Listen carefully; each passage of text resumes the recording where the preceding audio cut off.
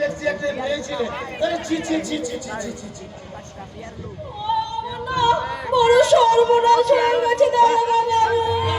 সর্বনাশ তো আমার হয়ে বসে আছে। এই বেটা হারা আমায় কি যেন খাওয়ালো, সেই থেকে আমার মাথা ঝিমঝিম করছে। আমি নেশায় আমার একটা কথা শুনুন না। আমি এখন কোনো কথা শুনবো না।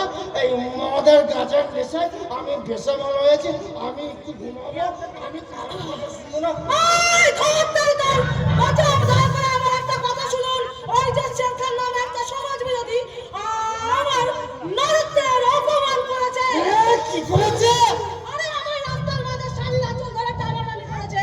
হ্যাঁ, মেয়ে ছেলে শাড়ির আঁচল ধরে টানাটানি।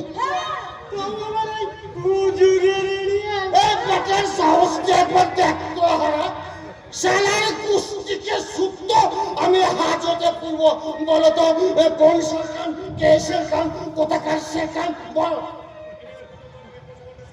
এমএলএ ভুজঙ্গরাগের পোশাকটা শেখা। এমএলএ ভুজঙ্গরা মানে এমএলএ ভুজঙ্গরাকে বললো।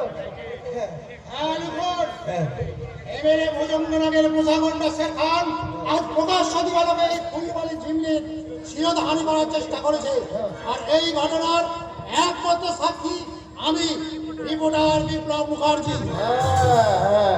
কিন্তু প্রমাণ প্রমাণ প্রমাণ আমার এই দুটো চোখ। ওই চোখ দুটো ফুটো হয়ে যাবে। চোখ দুটোই নয়।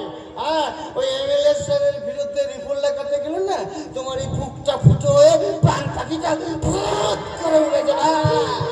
আচ্ছা, ওরা এমএলএ লোক বলে তাই আমার অপমানের কোনো বিচার আমি পাবো না দাদা।